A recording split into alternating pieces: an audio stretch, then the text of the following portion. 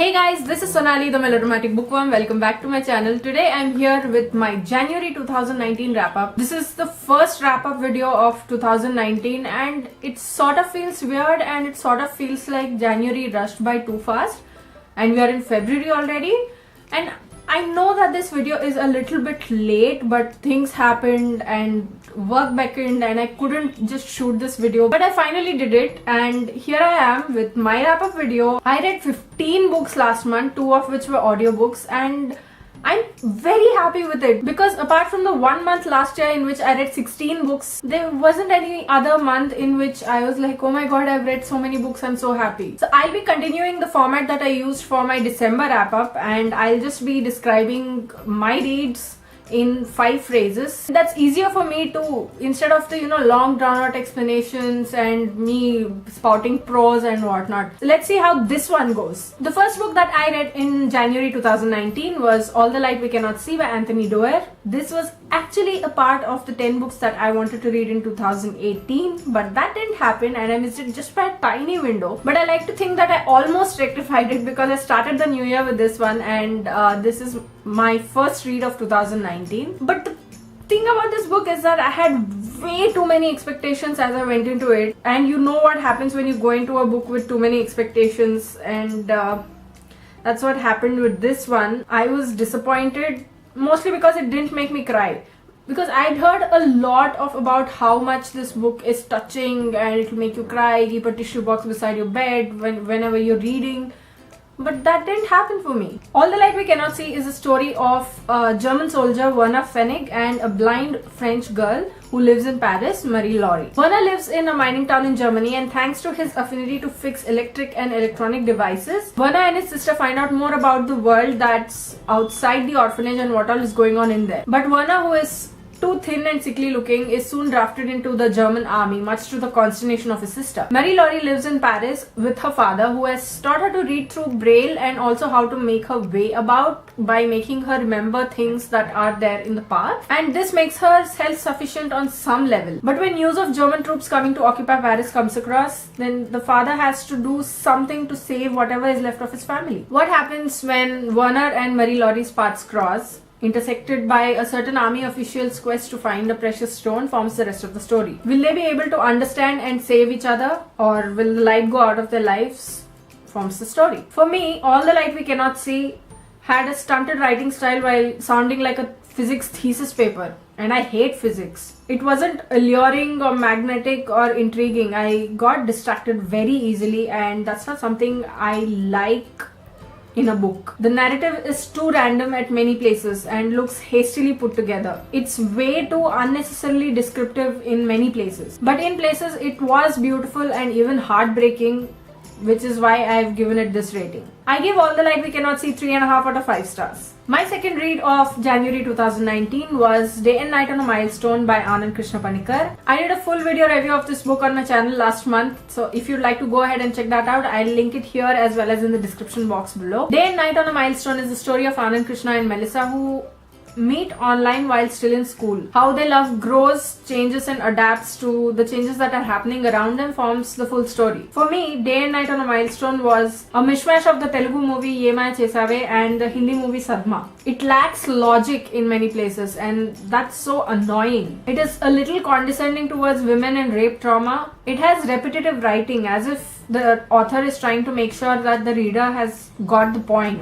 and it reinforces misplaced stereotypes about both men and women. I gave Day and Night on a Milestone 2 out of 5 stars. My third read of January was Fantastic Beasts: The Crimes of Grindelwald, the original screenplay by J.K. Rowling. Just like the first screenplay, I don't have much to say about this one. This movie is about how Newt Scamander and friends end up in Paris because Grindelwald is now getting stronger and his forces are getting stronger thanks to his immensely effective persuasive powers. For me, Fantastic Beasts: The Crimes of Grindelwald felt raw and underdone when compared with the first one. But it's still in the Harry Potter universe, so it did give me bouts of Harry Potter nostalgia. This is a book and a movie only for Potterheads. Others will crack their heads open. It has a very good looking Dumbledore and it maintains character quirks admirably well. I gave Fantastic Beasts: The Crimes of Grindelwald 4 out of 5 stars. My fourth read of January was Whitethorn Woods by Maeve Binchy. I had loved reading Scarlet Feather by Maeve Binchy in November last year, and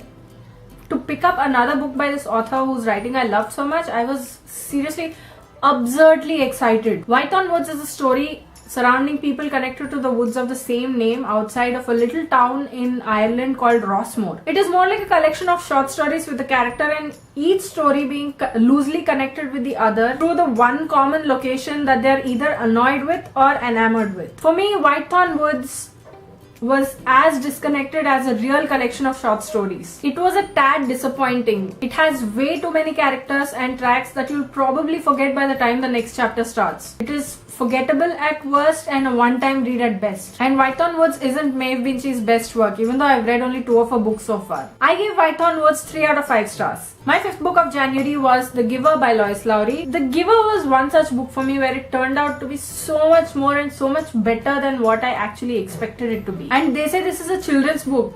Nope, it's really not. The Giver is set in a utopian world where everything seems perfect and the explanations given for certain actions and rules seem like good explanations at the time. But soon we see that not everything is as we see it.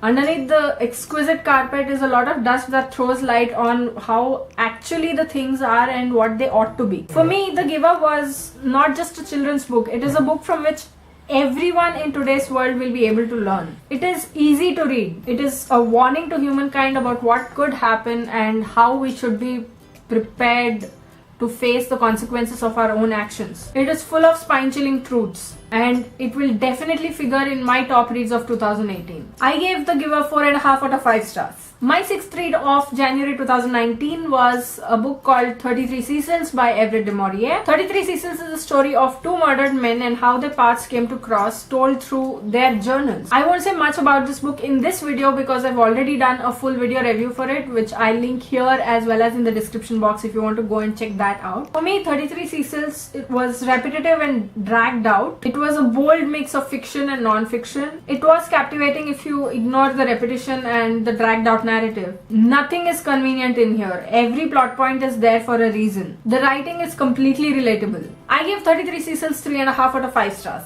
My seventh read of January 2019 was the audiobook for Harry Potter and the Chamber of Secrets. And you need to know that Harry Potter has my heart and soul. Okay.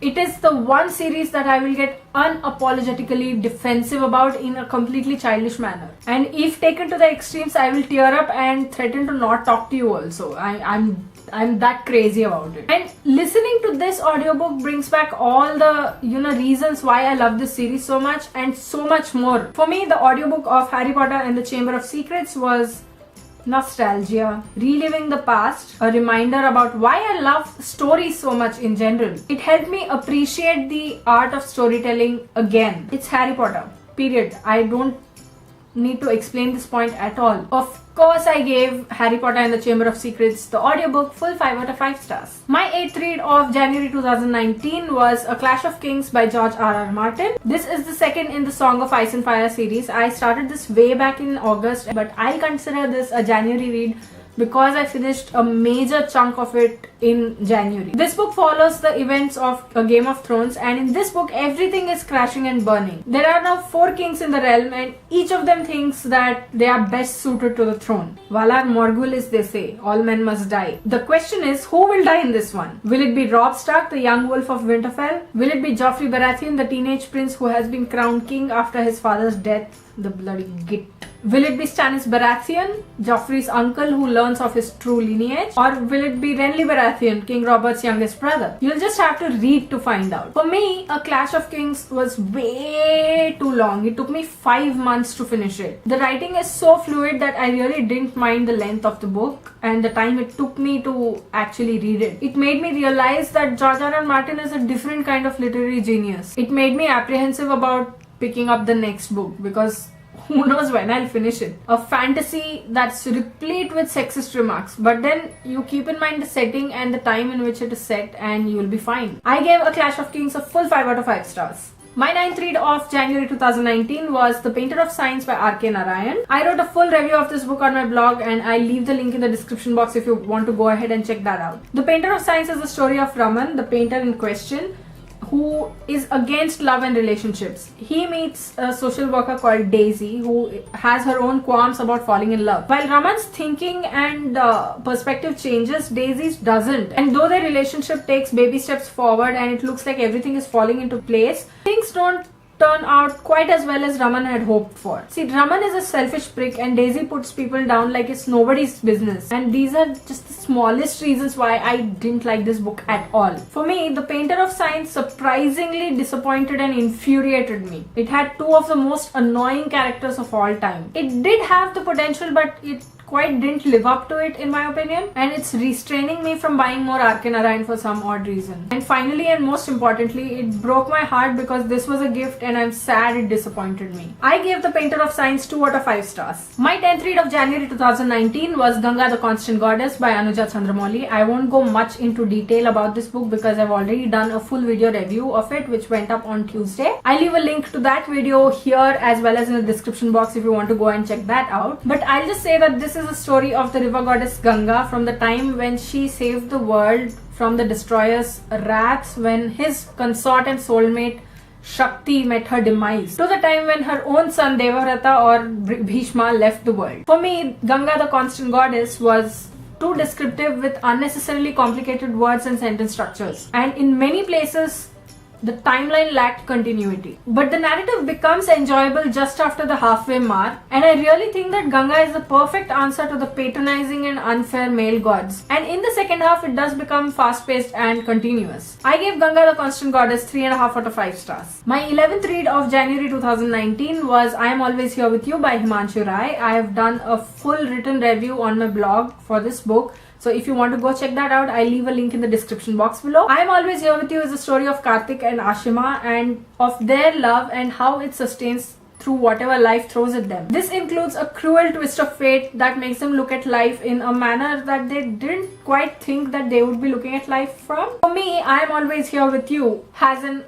unpolished writing style and it uses wannabe cool language that doesn't work at all, and that was really disappointing for me. It has a lot of spelling and logical mistakes in there. It uses the heavily overdone concept of undying love, but in the end it does express the sorrow moderately well. I gave I'm Always Here With You 2.5 out of 5 stars. My 12th read of January 2019 was Forest of Tides, The Untold Story of the Sundarbans by Manisha Sobrajani. This is the real account of when the author went to the Sundarbans to try and bring medical aid to the people living there. Through a non-profit organization, she went there and tried to build a hospital that would help the people medically, because the Sundarbans is a land where the tides decide whether it's high or low. They decide what the people do for that day, and when they are locked in, there's just no access to medical aid from anywhere. This is actually put out as an account full of anecdotes of the author living there, but what it does is explain facts about the said area. It talks about the cultivation there, the god, the wildlife, the bribes, the misogyny, the politics, just everything. For me, Forest of Tides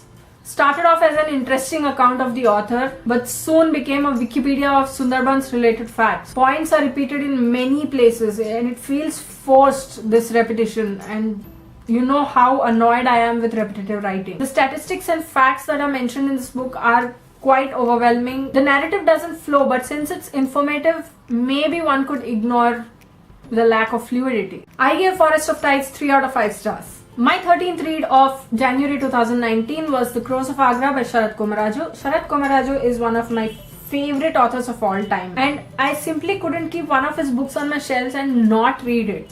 This is the second in the Birbal series, the first of which, The Three Bears Witness, I read last year and I absolutely loved. And this one precedes that obviously, and it's the story of how Mahesh Das, a smart guy who gets by as a priest, comes to the Mughal court and becomes Birbal, a smart courtier who has a solution for almost everything. More than that, this is the story of how Mahesh Das or Birbal solved the mystery of the murder of Bairam Khan, the regent, using his wit and intelligence and working around a lot of royal suspects that he was probably scared of pissing off. For me, The Crows of Agra reminded me of Agatha Christie's writing style, and that's saying something. It had an impressive writing style that is translated to English from the royal manner that the Mughals might have spoken in, and the drama in there pulls you in completely. It builds a world that you identify with even if you're not a part of it, and it has some amazing character sketches that stay from start to end. I gave The Crows of Agra 4 out of 5 stars. My 14th read of January 2019 was The Earth, My Butt and Other Big Round Things by Carolyn McClure. This book has such an intriguing and funny title that you really think that is going to be a light, fun read.